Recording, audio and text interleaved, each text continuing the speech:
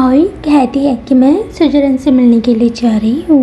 वह कहता है कि मेरी बहन से दूर रहो और उस पर हमला करने की कोशिश करता है, लेकिन वह इस समय बहुत ही ज़्यादा कमज़ोर है।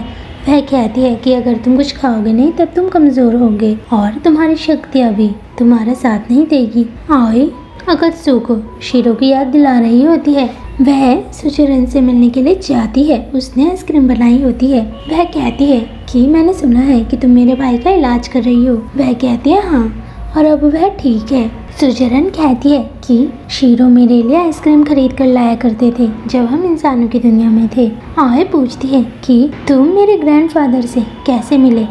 वह बताती है कि जब हम दोनों इंसानों की दुनिया में थे तब उन्होंने मेरा और मेरे भाई का ख्याल रखा था और हमारे परिवार को इंसानों ने मार दिया था, जिसके बाद हम किसी सुरक्षित स्थान की खोज कर रहे थे। लेकिन एक दिन शीरो ने अकत्सु को हरा दिया। जब मेरे भाई ने उन पर हमला किया था तब उन्होंने आसानी से उसको हरा दिया था। वह काफी शक्तिशाली था। वह मुझे और अकत्सु को अपने साथ अपने घर पर ले गए और उन्होंने हमारे लिए खाना भी बनाया था। वह पूछती है कि उन्होंने तुम्हारे लिए क्या बनाया था। सुजरन कहती है कि डम्पलिंग्स। वह कहती है कि वह काफी स्वादिष्ट होते हैं, लेकिन अकत्सु शीरो को बिल्कुल भी पसंद नहीं करता था क्योंकि इंसानों ने हमारे परिवार को मारा था और शीरो एक इंसान था। हमने उनके साथ कॉन्ट्रैक्ट साइन किया, उन्होंने हमसे सारा काम करवाया और हम तीनों एक दूसरे के साथ बहुत ही खुश थे। लेकिन एक दिन उन्होंने कॉन्ट्रैक्ट को फाड़ा और कहा कि तुम आयाकाशी जहाँ रहते हैं उस दुनिया में जाओगे। तुम दोनों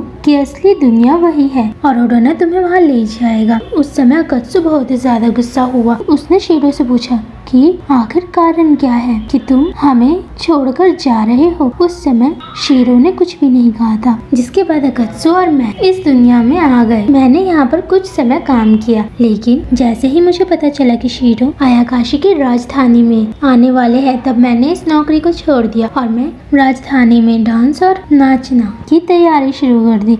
लेकिन कुछ समय के बाद शीरो ने वहाँ आना बंद कर दिया। आओई कहती है कि वह मेरे साथ थे क्योंकि उस समय मैं काफी छोटी थी। वह मेरा ख्याल रख रहे थे। लेकिन एक दिन मैंने सुना कि शीरो की एक ग्रैंड चाइल्ड है और अब वह अकेले नहीं है। आओई पूछती है कि क्या तुम सच में इंसानों की दुनिया में जा रही हो। वह कहती है कि इंसानों की जिंदगी काफी कम होती है, वह जल्द ही मर जाते हैं। मैं सिर्फ शीरो की कब्र के पास जाऊंगी और अपना समय वहाँ बिताऊंगी। वह अकत्सु को देखती है। आओई को गुस्सा आ जाता है क्योंकि उसने इतने मेहनत से वह खाना बनाया था जो कि अकत्सु ने खाया नहीं था। तब वह सभी सब्जियों को मिलाती है और जूस बनाती है और अकत्सु को जबरदस्ती वह सब्जी खिलाती है। वह कहता है कि तुम मुझे क्या खिला रही हो। वह कहती है कि तुम चुपचाप पियो। जिसके बाद उसकी शक्तियाँ वापस आ जाती है क्योंकि उसने उस समय से कुछ नहीं खाया होता है। आई कहती है कि सुजरन इंसानों की दुनिया में जा रही है, अगर तुम उससे मिलना चाहते हो तब मिल सकते हो। वह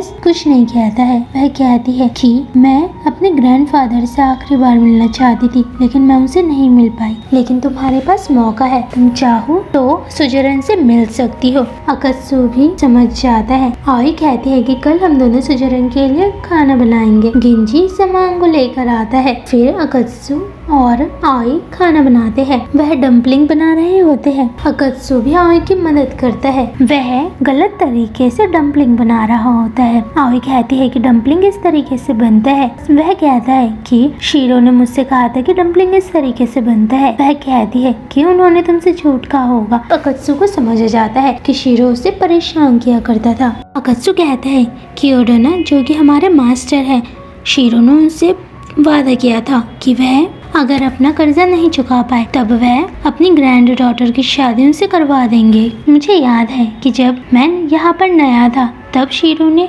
मास्टर से कर्जा लिया था। वह अचानक से यहाँ पर आते थे और खाना खाते थे और ड्रिंक करते थे।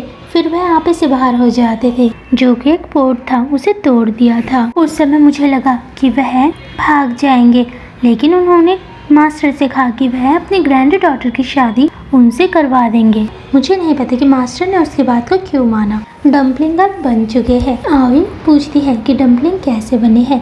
वह कहता है कि डम्पलिंग उसी दिन की तरह बने हैं जब शीरो ने हमें बचाया था और मैंने शीरो के साथ डम्पलिंग खाया था। अकत्सु कहता है कि अगर तुम इस डम्पलिंग को सुजरंग को देने के लिए जा रही हो तब सुजरंग को बिल्कुल भी मत बताना कि यह डम्पलिंग मैंने बनाया है। वह उसे रोकती है। वह कहती है कि अर्थ स्पाइडर। वह कहता है कि तुम मुझे इस नाम से मत पुकारो। वह कहता है कि मेरा नाम अकत्सु है और मैं टेंजिनिया इनका फ्रंट डेस्क मैनेजर हूँ।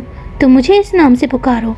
वह कहती है कि तुम ही ने मुझसे कहा था कि मैं तुम्हें तुम्हारे नाम से ना पुकारूं। वह कहता है कि तुम मुझे मेरे नाम से पुकार सकती हो और वहाँ से चले जाता है। आई कहती है कि उसे अपने आप पर कितना गर्व है और वैसे भी जो उसने यहाँ पर इतने सारे बर्तन किए हैं वह उसने साफ किए ही नहीं है। आई सुजरंग को डम्पलिंग देती है। वह उस डम्पलिंग को खाते ही समझ जाती है कि यह डम्पलिंग अकत्सु ने बनाए है, क्योंकि उनका स्वाद बिल्कुल वैसा ही था जब वह और अकत्सु शीरो के साथ डम्पलिंग खा रहे थे। क्योंकि जब वह शीरो के साथ रहने के लिए आए थे तब शीरो ने ऐसा ही डम्पलिंग उनके लिए बनाया था, लेकिन उसकी शेप बिल्कुल वैसी ही है जैसे कि अकत्सु ने शीरो के साथ डम्पलिंग बनाया था। लेकिन मैं सिर्फ कम काम करती थी। सुजरन भी जाने के लिए तैयार है।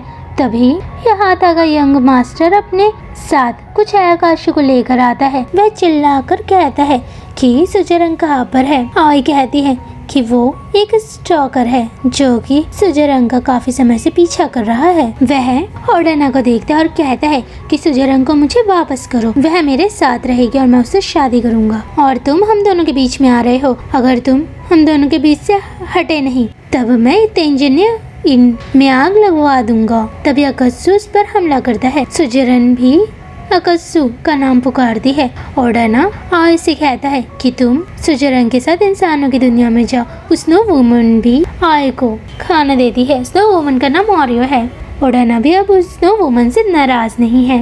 वह कहता है कि तुमने काफी अच्छा काम किया है। स्नो वुमन कहती है कि आखिर मैं एक यंग हॉस्टेस हूँ। सुजरन आओ से माफी मांग रही होती है क्योंकि उसकी वजह से आओ को यहाँ से जाना पड़ रहा है। ऐसे ही वह हवा में उड़ते हैं। आयाकाशी उन पर हमला करते हैं, लेकिन अकत्सु अपनी बहन को बचाता है। वह दोनों ही उन्हें देख रहे होते हैं। जिसके बाद वह उन पर हमला करते हैं, लेकिन अकत्सु अपनी शक्ति की मदद से उनको बचाता है और वह अपने असली रूप में आ जाता है। सुजरन कहती कि अपना ख्याल रखना भाई। वह दोनों ही इंसानों की दुनिया के अंदर पहुंच चुके हैं। सुजरन कहती है कि मैं शीरो की कब्र के पास जाना चाहती हूँ। वह कहती है ठीक है। फिर वह दोनों वहाँ पहुँचते हैं। जिसके बाद वह ट्यून बजाती है। आवी को याद आता है कि शीरो ने उनकी किस तरीके से मदद करी थी और उन्होंने ही उसे आयाकाशी को किस तरीके का खाना पसंद है वह बताया था। वह उनके आखिरी समय में उनके साथ थी। सुजरन के लिए खाना भी बनाकर लाती है।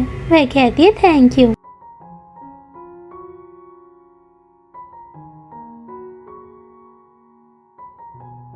आए खाने के लिए सामान खरीद रही होती है। चिबी आए से मिलता है। वह कहता है कि मैंने बहुत दिनों से कुछ नहीं खाया है। वह कहती है कि तुम मेरे साथ आ सकते हो। वह कहता है कि मैं तुम्हारे साथ कहीं भी जाऊंगा क्योंकि मुझे तुम्हारे हाथों का खाना बहुत ही पसंद है। ओडेना आए के सामने होता है। वह पूछती है कि मास्टर आप क्या कड़ी खाना चाहोगे।